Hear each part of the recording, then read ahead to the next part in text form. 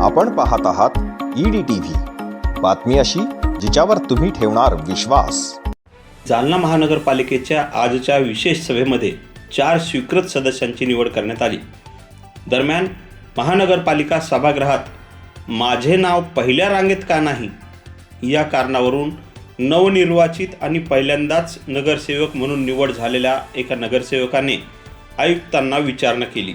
काही वेळ आयुक्तांच्या दालनात गोंधळही निर्माण झाला, परंतु सभागृहात ज्येष्ठतेनुसार म्हणजेच राजशिष्टाचार ज्याला आपण प्रोटोकॉल देखील म्हणतो तो पाळला गेला आहे असे उत्तर मिळाल्यावर काही वेळाने हा गोंधळ कमी झाला। गोंधळ जरी कमी झाला तरी भाजपच्या नगरसेवकांचा सभागृहात जाण्याचा मात्र काही विचार दिसत नव्हता। सभागृहाच्या बाहेर भाजपाचे नगरसेवक पदाधिकारी बसून गप्पा मारताना पाहायला मिळाले। दरम्यान सभागृहाचे कामकाज सुरू करण्यासाठी महापौर वंदना मगरे आणि आयुक्त तथा जिल्हाधिकारी आशिमा मित्तल या उपस्थित होत्या, परंतु एका भाजपच्या नगरसेवकाने ही सभा अर्धा तास तहकूब करण्याची विनंती केली। ही विनंती महापौर आणि आयुक्तांनी मान्य करत सभागृह अर्ध्या तासासाठी तहकूब केले। दरम्यानच्या काळात महापौर, आयुक्त आणि शिवसेनेचे नगरसेवक तसेच एक अपक्ष उमेदवार श्रीकांत जगन्नाथ पांगारकर हे उपस्थित होते, परंतु सभागृहाचा कोरम पूर्ण न झाल्यामुळे ही सभा पुढे ढकलण्यात आली। जालना महानगरपालिकेच्या सभागृहाच्या बाहेर भाजपच्या पदाधिकाऱ्यांनी एकंदरीतच नगरसेवकांनी असा ठिय्या मांडून गप्पा मारण्यास पसंत केले, परंतु सभागृहात ते गेलेच नाहीत।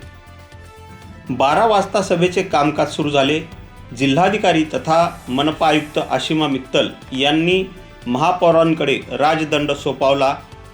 ही पहिली वेळ होती जालना महानगरपालिकेची अशा प्रकारे सभा होण्याची।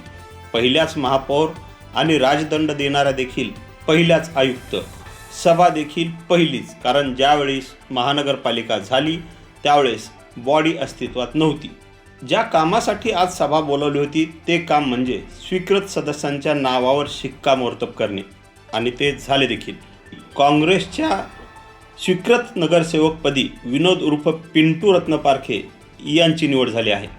भाजपाच्या वतीने सिद्धिविनायक मुळे, अर्जुन गेही, तर शिवसेनेच्या वतीने माजी नगराध्यक्ष भास्कर आंबेकर यांचे चिरंजीव अश्विन आंबेकर या चौघांची स्वीकृत सदस्य म्हणून निवड करण्यात आली आहे।